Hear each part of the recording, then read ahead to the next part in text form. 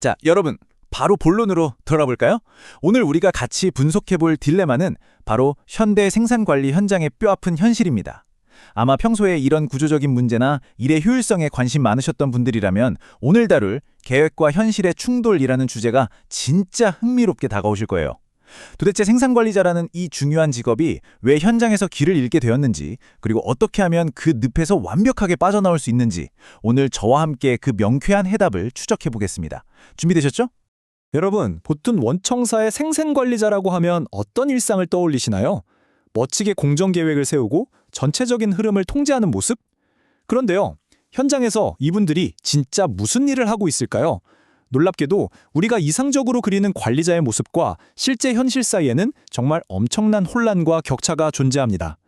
계획을 주도해야 할 사람들이 정작 현장에서는 완전히 다른 현실에 치이고 있거든요. 여기 10%라는 숫자가 있습니다. 이게 뭔지 짐작이 가시나요? 수많은 기업의 부서에서 연말마다 아주 자랑스럽게 발표하는 수치예요. 올해 우리는 생산 소요 시간을 10%나 절감했습니다. 이렇게요. 근데 여기서 진짜 기가 막힌 역설이 하나 등장합니다. 이런 화려한 발표가 무색하게도 정작 현장의 실제 능률은 계속해서 뚝뚝 떨어지고 있다는 거예요. 아무리 관리자들이 땀 흘려 노력해도 그 개선점들이 실제 데이터로 축적되지 못하고 흩어져 버리는 구조적 모순. 이게 바로 우리가 지금 직면한 가장 뼈아픈 현실입니다. 자, 그래서 오늘 우리가 살펴볼 전체적인 흐름을 가볍게 짚어드릴게요. 첫 번째, 관리자의 정체성 혼란부터 시작해서요. 두 번째, 긴급성의 압제. 세 번째, 잃어버린 가치 찾기. 네 번째, 관리의 본질인 삼정과 OS. 그리고 마지막 5번, 시스템 기반의 작업 설계까지. 이렇게 핵심만 쏙쏙 뽑아서 차례대로 짚어보겠습니다. 그럼 바로 첫 번째 주제죠. 관리자의 정체성 혼란에 대해 이야기해 보겠습니다. 지금 현장의 관리자들은요, 사실상 도메인 전문가가 아니라 말 그대로 소방수 역할에 갇혀 있습니다.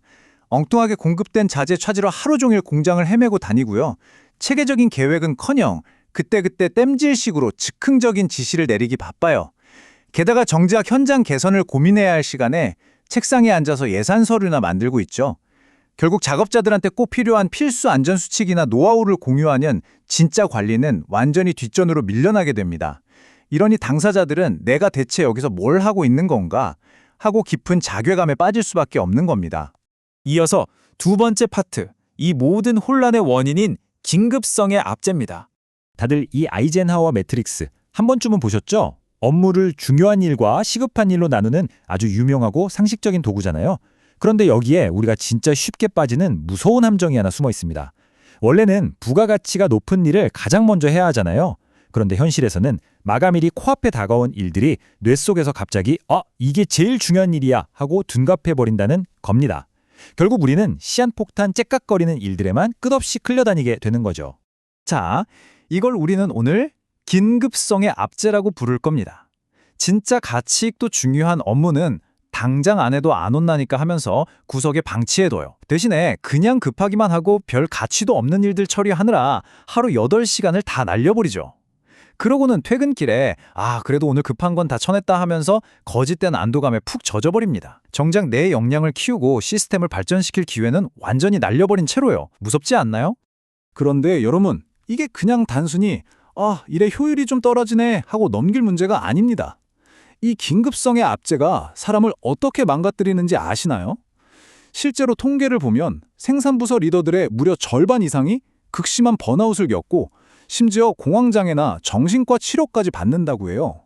매일같이 터지는 급한 불만 끄다 보면 아무리 똑똑하고 유능한 사람이라도 스스로를 나는 가치 없는 소모품인가? 라고 느끼게 되거든요.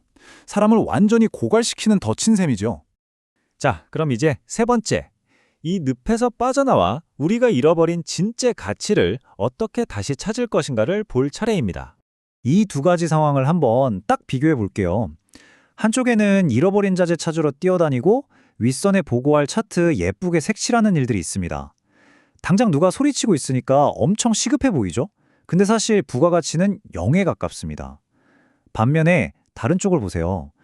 전체 생산 일정을 세밀하게 조율하고 작업 매뉴얼을 업데이트하는 일. 이런 건 당장 누가 칼 들고 재촉하지 않으니까 급하게 안 느껴져요.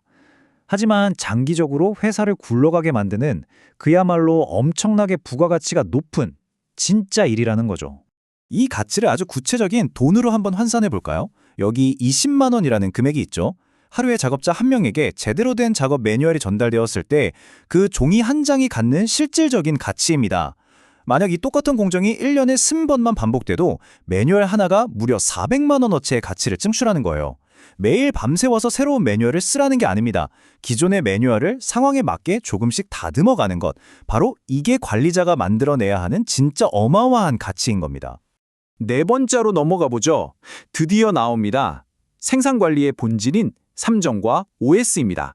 사실 생산을 관리한다는 것의 본질은 의외로 엄청 단순하고 명쾌합니다. 바로 이 삼정과 OS, 그야말로 제조업의 바이블이자 절대적인 핵심 가치거든요.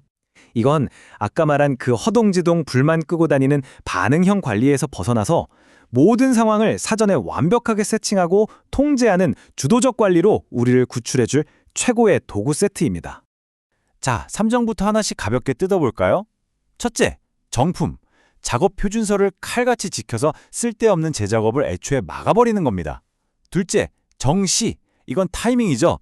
딱 필요한 그 순간에 자원을 투입해서 공정이 멈추는 걸 예방하는 거예요. 마지막 셋째는 정량. 정확한 물량을 배분해서 인력이나 자재 낭비 없이 최고 효율을 쏟아내는 겁니다. 결국 생산의 모든 가치는 이 표준, 스케줄, 수량, 이 세 가지에 전부 숨어 있다고 해도 과언이 아닙니다. OS도 빠르게 훑어볼까요?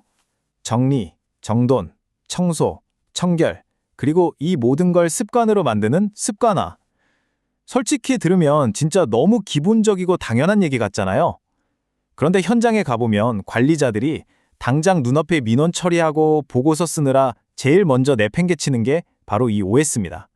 단언컨대 이 기본부터 다시 꽉 잡지 않으면 우리는 평생 그 긴급성의 압제에서 단 한 발자국도 빠져나올 수 없을 겁니다. 자, 이제 대망의 마지막 파트네요. 이 모든 걸 현실로 만들어줄 시스템 기반의 작업 설계입니다. 핵심은 이겁니다. 이 좋은 원칙들을 관리자 개인의 뼈를 깎는 의지력에만 기대면 백전백패라는 거예요. 그래서 시스템이 필요한 겁니다. 세이브 잡스 같은 이런 현대적인 소프트웨어 솔루션을 도입하면 방금 우리가 얘기한 삼정과 OS 원칙들이 시스템의 데이터를 통해 아주 자연스럽게 굴러가게 됩니다. 관리자가 억지로 불을 끌어다니고 싶어도 시스템 자체가 아니야, 넌 데이터 분석하고 프로세스 표준화하는 네 진짜 일을 해 라고 긍정적인 방향으로 강제해주는 거죠. 여기서 진짜 찰떡 같은 비유를 하나 들어볼게요. 현장의 생산 관리자들이 보통 선박 설계자들을 그렇게 부러워한대요. 왜일까요? 사실 옛날에는 선박 설계자들도 먼지 날리고 찌는 듯이 넣은 철판 위에 엎드려서 직접 선을 그어갔거든요. 하지만 지금은 어떤가요? 쾌적한 사무실에서 첨단 디지털 시스템 위로 완벽하게 설계를 해내잖아요. 현장 관리도 이제는 똑같이 변해야 한다는 겁니다. 맨몸으로 부딪히는 원시적인 방식은 버리고 시스템 위에서 미래의 작업을 우아하게 설계해야 한다는 거죠. 자, 오늘 분석을 마무리하면서 여러분께 아주 직설적인 질문 하나를 던지고 싶습니다.